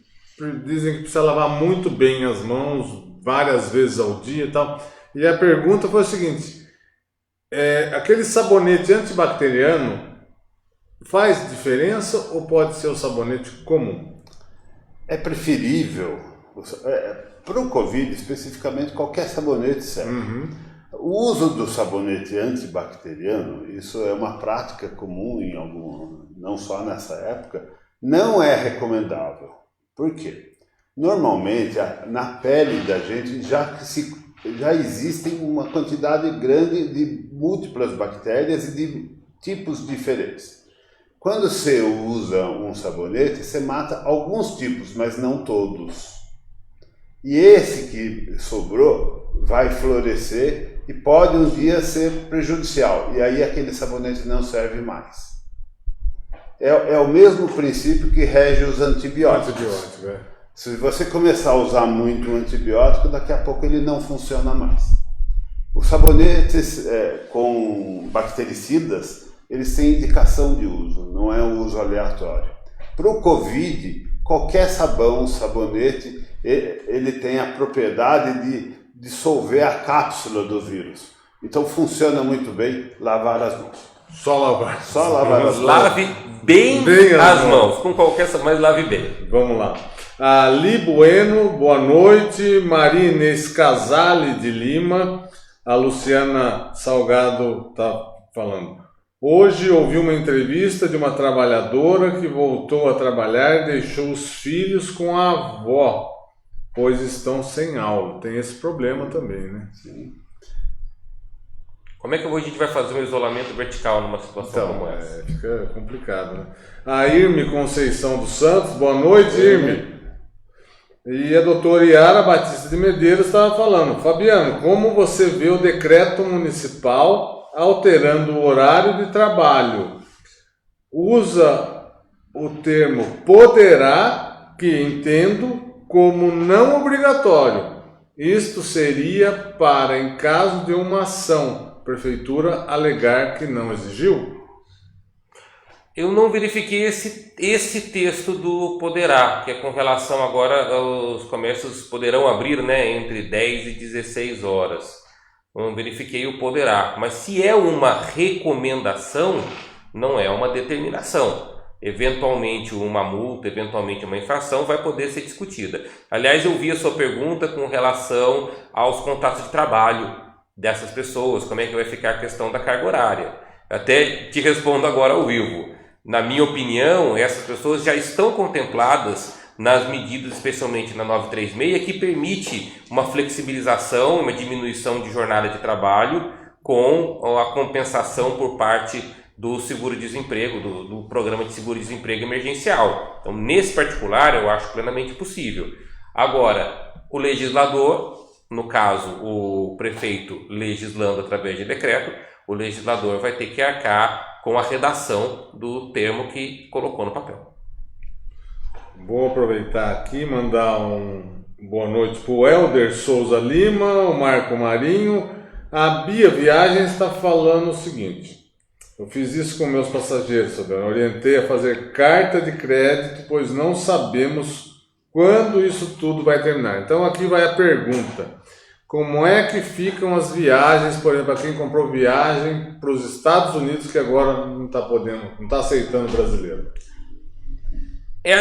Se tem um pessoal que está bem mal nessa situação, são o pessoal do turismo, companhia aérea, avião groundeado até não poder mais, avião sendo aposentado, o pessoal pedindo pelo amor de Deus para liberar logo o 737 MAX, porque os outros já foram e já estão sendo aposentados, grandes aviões parando, a A380 provavelmente vai voar cada vez menos, o 747 vai voar cada vez menos e talvez a gente não veja mais agora esses aviões no céu. A Latam pedindo, quebrando. O Paulo Guedes, que é um privatista de primeira, falando vamos ser sócios das aéreas, porque ninguém ignora a força do turismo e a força da indústria aérea no Brasil e no mundo, que é uma indústria essencial. Mas agora, nesse momento, os aviões estão groundeados. A gente não sabe, aliás, eu estava até verificando, algumas empresas estão ainda em parking, outras já estão pensando em storage.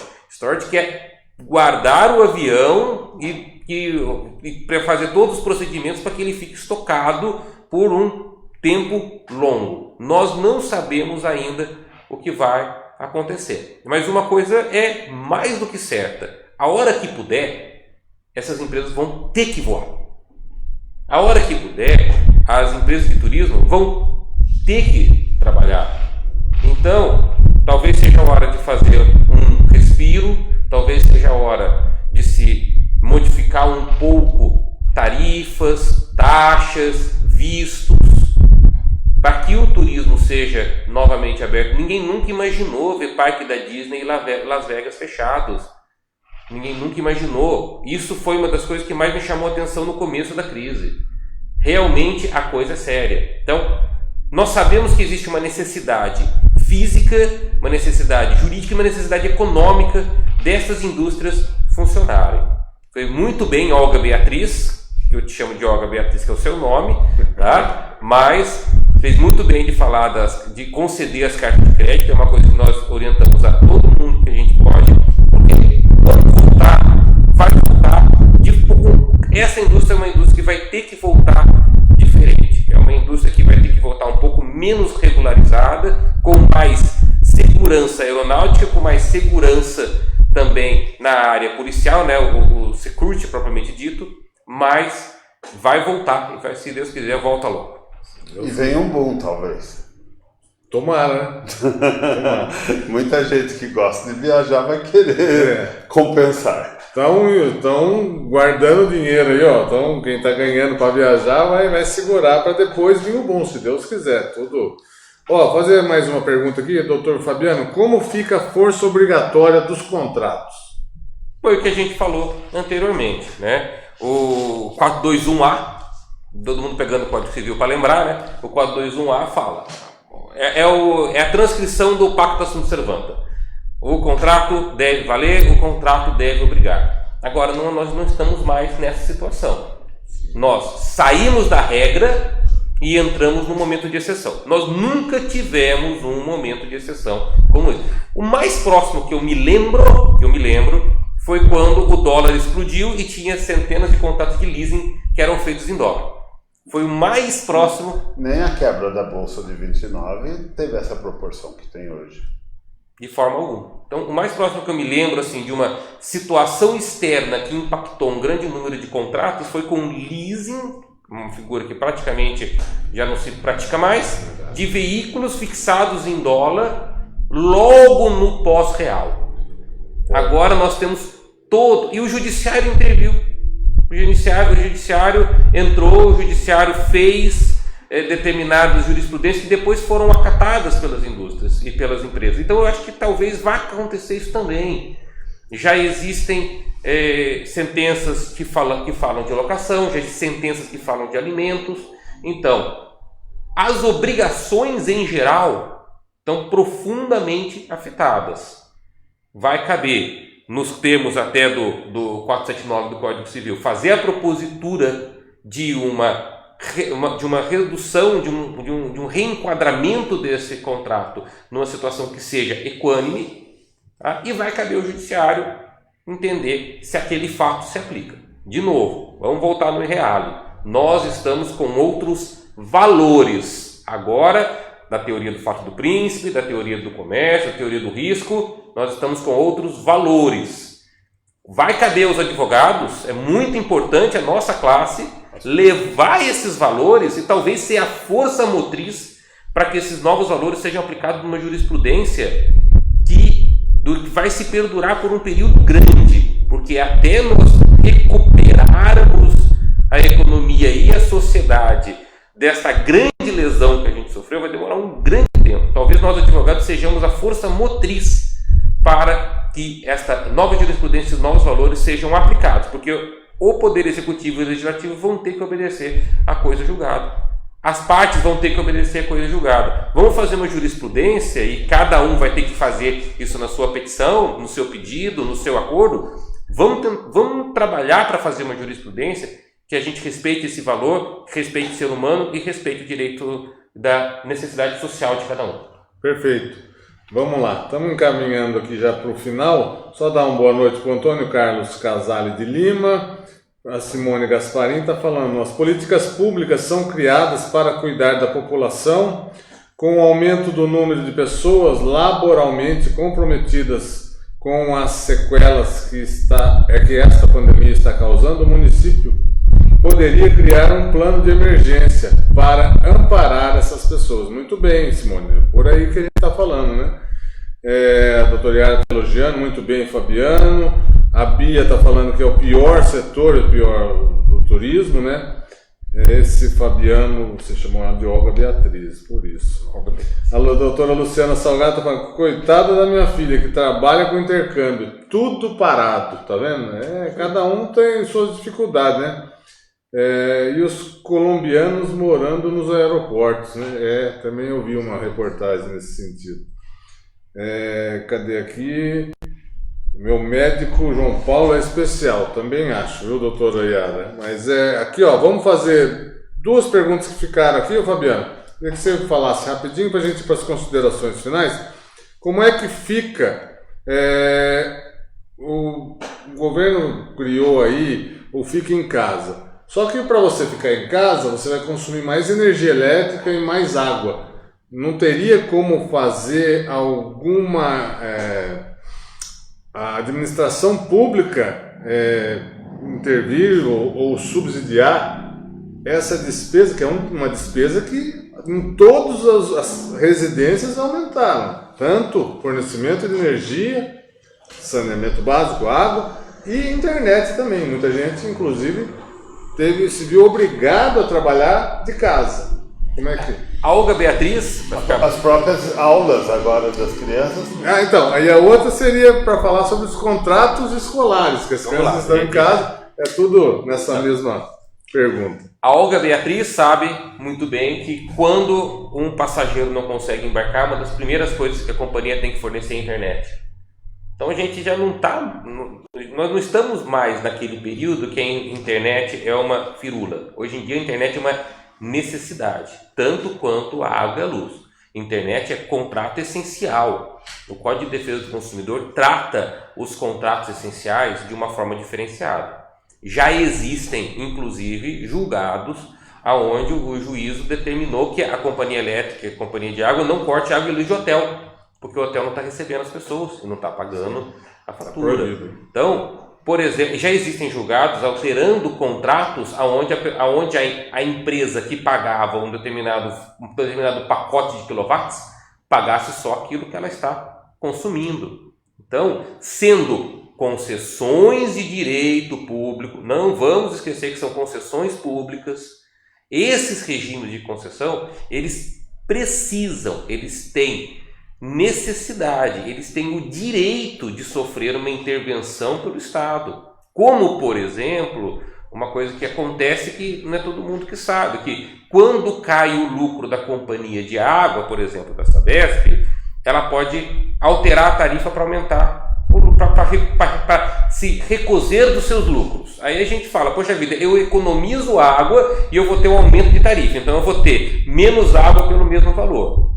É hora em termos privados, nós advogados agimos para garantir o fornecimento de serviços essenciais aos clientes, óbvio, não vou pagar nada, vou pagar o mínimo, que haja uma tarifa social, eu passo a me enquadrar na tarifa social e passo a pagar a tarifa social. Esse é o tipo de caminho que eu acho que a gente tem uma situação interessante para vingar, tá? E por outro lado, em termos públicos, o Ministério Público, as associações, as possibilidades de ações civis públicas para que esse tipo de sanção seja evitada e, em última instância, o Poder Executivo chamar esses contratos para revisão e tirar essas cláusulas leoninas, lembrando que é uma empresa, a empresa tem que dar lucro, tudo bem, mas acima de tudo, essa empresa, nesse momento, tem que garantir que a pessoa possa ficar em casa com uma qualidade de vida, de higiene, de conforto. Qualidade de vida, de higiene e de conforto. Não adianta você só ficar em casa. Tem que ficar em casa com uma qualidade de vida, de higiene e de conforto. Como muitas escolas, né, estão tendo as aulas online. Como muitas escolas estão mandando as suas atividades online para os pais. É o jeito que eles conseguiram pagar, cumprir o seu contrato. Não existe outra maneira agora. Aquele contrato ele não pode mais ser cumprido daquela forma. Então, o ideal é a escola negociar com o pai, ou o pai negociar com a escola. Eu sou pai, a Luísa está em 4 anos, o Thiago tem 9 anos, 2 estão em casa agora, estão tendo aula em casa agora. O que eu digo? Eles não estão na escola somente para aprender, eles estão na escola também para fazer interação social, eles estão na escola também para sair um pouquinho de casa, para sair daquele ambiente quando eles estão frequentando. Vamos nos lembrar que quando isso terminar, o pai vai precisar da escola. Vamos nos lembrar que quando isso terminar, a escola vai precisar do pai. É uma relação de dupla mão. Então agora, mais do que nunca, o pai tem que ser parceiro da escola para que a escola continue existindo quando ele precisar dela de novo, e a escola tem que tentar chamar o pai para manter aquele aluno, para quando voltar, aquele aluno tenha uma qualidade educacional. As escolas estão lá para dar qualidade educacional também. Cabe a elas zelar. Vamos nos sacrificar, tempo bom sem lucro, todo mundo de cinto apertado, mas para quando voltar, aquela célula está preservada para receber de novo os nossos filhos. Perfeito. Vamos lá para as duas últimas perguntas, né? E o último boa noite aqui para Cíntia Diniz. Cíntia Dias está falando, Deus parabéns aos doutores. Então, tá dado aqui. Boa noite, muito obrigado, Cíntia. E a Dulcineia Miller está falando o seguinte, verdade, Aziz. Aqui em casa tudo dobrou o consumo, até por conta do home office, mas as empresas prestadoras de serviço não reduziram as tarifas. É o que a gente vê no dia a dia. E reduziram alguns serviços, né? Sim. Algumas redes de internet diminuíram até a qualidade do sinal, mas não diminuíram o preço. Né? Não está dando conta, né? Eu vou perguntar para o Dr. João Paulo, fazer a seguinte pergunta. Dr. João Paulo, se hoje o Covid, a preocupação era a velocidade da transmissão, né? Hoje, a gente pode falar que essa velocidade diminuiu ou não dá ainda para fazer essa leitura? A velocidade de transmissão está muito ligada à aglomeração. Né? Quando você causa o distanciamento, a taxa de transmissão no Brasil chegou até a 1,2. Né? Em vários locais era 3,6, tudo. Mas em alguns locais chegou a 14. Né? Então, a aglomeração é que faz a taxa de transmissão. O que vai modificar quando a maioria das pessoas tiverem adquirido a sua imunidade. Aí não tem para quem transmitir. Mas isso é uma curva futura, ainda está longe. E também aproveitando, não dá para garantir, né, quem já teve Covid. Esse está imune, não pega mais. A expectativa é, geralmente, depois que você pega um vírus de SARA, você fica com imunidade permanente. Só que o Covid ainda é muito novo. Parece que isso vai se desenhar, mas parece que não é para todos. Já tem alguns casos relatados de pessoas que o IgG, que é o que gera a imunidade, caiu. Então, teoricamente, ele estaria propenso a pegar de novo. Isso é só o futuro que vai responder. Só o tempo, né?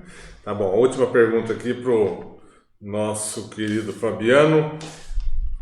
Com relação aos contratos bancários, a gente vê muito comerciante aí que tem um contrato bancário com o banco e não vai ter como honrar esse contrato. O que fazer?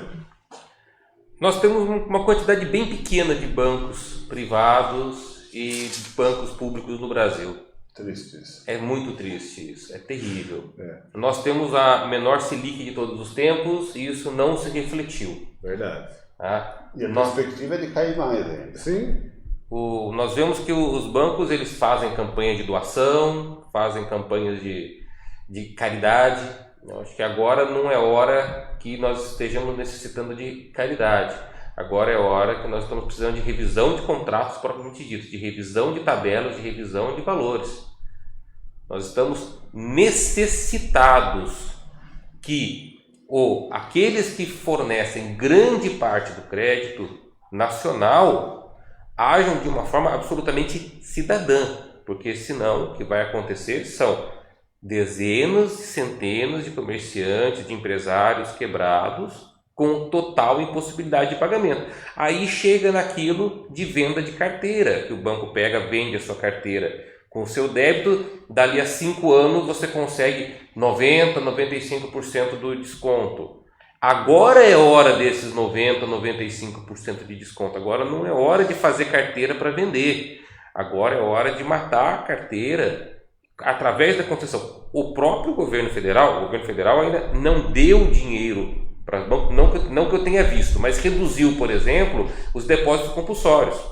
Ou seja, aumentou muito a possibilidade dos bancos de emprestar dinheiro. E da mesma forma que a gente tem a lei da oferta e da procura no mercado normal, nós temos a lei da oferta e da procura com relação ao dinheiro. Mais dinheiro para ser emprestado é uma situação onde você determina que esse valor seja emprestado a juros menores. Então, é hora da implantação de uma política de renegociação contratual geral e restrita para os que já eram devedores, para os que se tornaram devedores e para os que se tornarão devedores.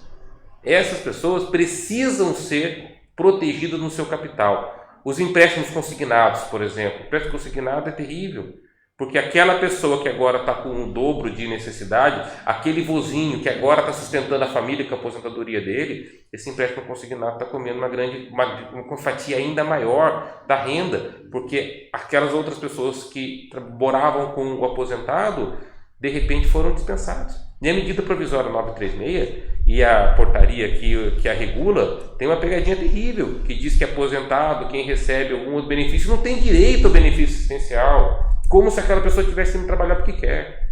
A pessoa está indo trabalhar em troca de um salário. Se ela teve o seu salário reduzido, ela tem direito a um complemento. Não interessa que vem de seguro-desemprego, ele não teria seguro-desemprego.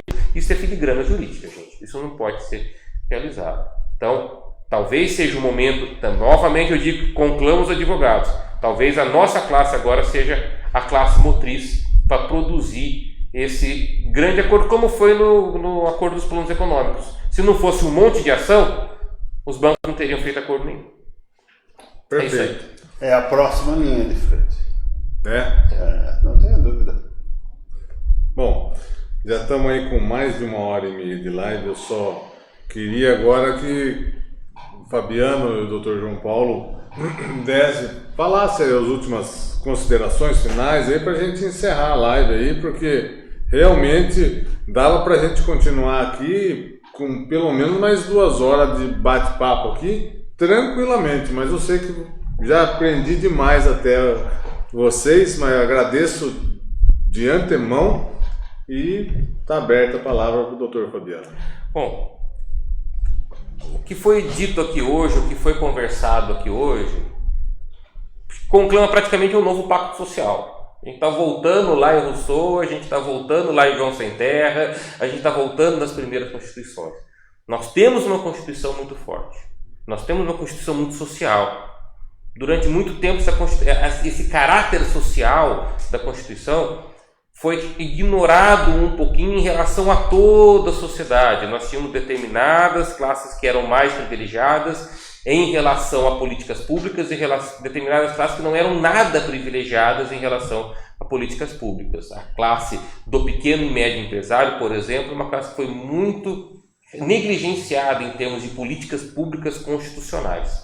E nós sabemos que todo o motor do direito começa na Constituição. Todo o motor das leis começa na Constituição. É hora de nós pegarmos esses princípios que estão lá, é hora de nós pegarmos as leis que estão sendo feitas, é hora de nós pegarmos as leis que já existem, como no Código Civil, no Código de Defesa do Consumidor, que já abarcam essas possibilidades. É hora de nós trazermos isso para um futuro ainda muito incerto. Se a curva começar a disparar por conta da reabertura, a reabertura deixa de ser válida, deixa de ser boa, ela passa a ser prejudicial, porque você vai mandar mais gente para casa e mais gente para o hospital. Então essa reabertura tem que ser feita com mais cuidado pelas pessoas. Um pedido que eu faço a cada um: dissemine informação. Diga a cada um, não saia de casa se não for necessário, se higienize de forma absoluta, controle as suas crianças para que não fique muito perto daquele amiguinho. Façam esse trabalho. Se cada um fizer esse trabalho de formiguinha, aos poucos o vírus vai ficando isolado. O isolamento não é do ser humano, o isolamento é do vírus. O vírus come a gente, tá? Ele se alimenta de ser humano. Se não tiver ser humano para se alimentar, ele vai morrer de fome. Vamos ter que matar esse vírus de fome antes que a gente morra de fome. Antes que a gente passe por um problema. Então que o problema seja do vírus e não da raça humana. Até já foi tratado isso. Talvez seja uma guerra entre espécies. O vírus e nós. A gente tem condição de vencer essa. Muito bem. Dr. João Paulo, suas considerações finais. Queria agradecer mais uma vez a oportunidade e deixar de novo a mesma reflexão que eu deixei da outra vez. E agora esticada para essa nobre função do advogado, assim como o Fabiano falou, do construir um raciocínio. Aquela outra vez nós falamos assim, o mundo vai ficar melhor? Depende. Depende de reflexão, e as mudanças precisam ser refletidas, senão vai ficar tudo na mesma. Então esse é o apelo, é o convite. Façamos as reflexões que geram as ações necessárias. Acho que é isso. Muito obrigado. Uma boa noite. Eu que agradeço. Esqueci de agradecer. Muito obrigado pela... Nada. Eu sou sem educação. Muito obrigado pela oportunidade. Obrigado, Aziz. Obrigado, João. Obrigado, Esther, Thiago e Luísa, que estão em casa. Muito obrigado a todos por nos ouvir. Eu que agradeço o Dr. Fabiano, o Dr. João Paulo, que se desdobraram para ceder essas 2 horas que estamos aqui nesse bate-papo, né? Não foi nem 1h30, foram 2 horas, para esclarecer um pouco mais. Eu acho que foi muito produtiva e dava para a gente falar mais 2 horas, o pessoal participando, interagindo. Queria agradecer, eu não tenho palavras para agradecer a presença de vocês dois aqui hoje. Agradecer a todos que acompanharam direta e indiretamente, que participaram, fazendo perguntas, acompanhando, assistindo. Eu, mais uma vez, não vou ser repetitivo, mas só para reforçar, é a hora de cada um fazer a sua parte. Não acabou ainda o vírus está aí. Cabe a cada um de nós continuar tomando os mesmos cuidados. Sair de casa, não precisa sair todo mundo, sai um só, vai, compra, volta, tira o sapato do lado de fora, limpa com água sanitária, toma banho, lava a mão, usa álcool gel, limpa tudo. Ainda, infelizmente, nós temos que tomar todas essas medidas. Um dia, talvez voltaremos ao normal, mas por enquanto, se puder, fiquem em casa e fiquem com Deus. Até a próxima, se Deus quiser. Muito obrigado. Amém. Boa noite.